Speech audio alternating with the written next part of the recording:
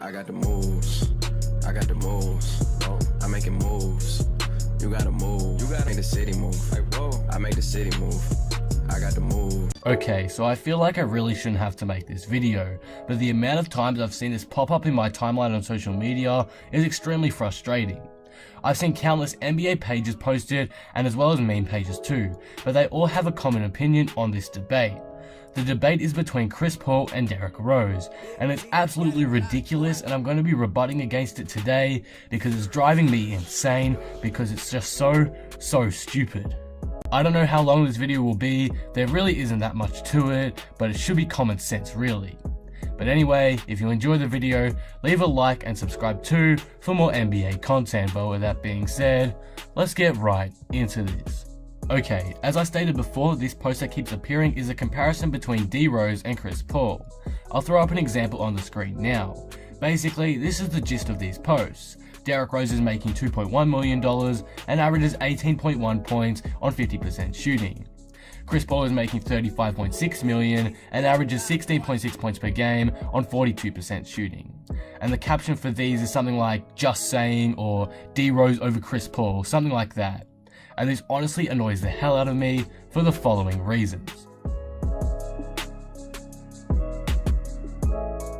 Okay, here's the first thing I don't really understand about this argument. I think the whole point is to show how Derrick Rose is averaging so-called better stats and making a lot less money than Chris Paul. The point is he's underpaid and CP3 is overpaid, but I personally don't see how this is an argument. The money these two players made is based off of last season's performances. It has nothing to do with this year. Derrick Rose is earning so little because it's fair to say that over the last 4 seasons, he's played like a role player, and it's only this season when he's leapt out into a star player. He nearly quit basketball last season, and I don't think teams were willing to take a cut out of their salary for a player who may retire and leave the game. Chris Paul, even though I do think he is slightly overpaid, the Rockets really had no other option but to pay him all that money. It was they pay him that amount or he potentially leaves because he was seeking that max contract. Some may say it wasn't worth it, but I'll get into why later. The second thing that gets on my nerves a lot here is how completely different of playstyles these two players have. Derrick Rose is clearly a scoring guard or a shoot-first type of player.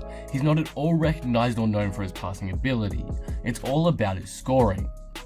On the other hand, for Chris Paul, he's a pass-first point guard. Scoring isn't his main way of making an impact on the game, so only bringing up his points per game is ridiculous, and pretty much completely discredits the whole argument being made by many social media accounts.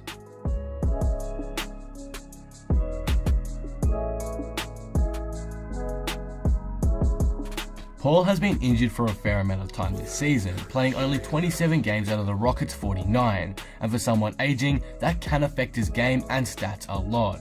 He hasn't been a consistent player due to injuries, which explains his lack of scoring, I guess you could say.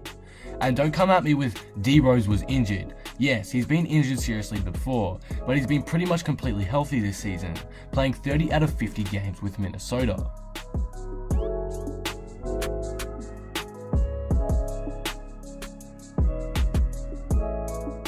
Another thing that ruins this argument is that these two players are in completely different situations.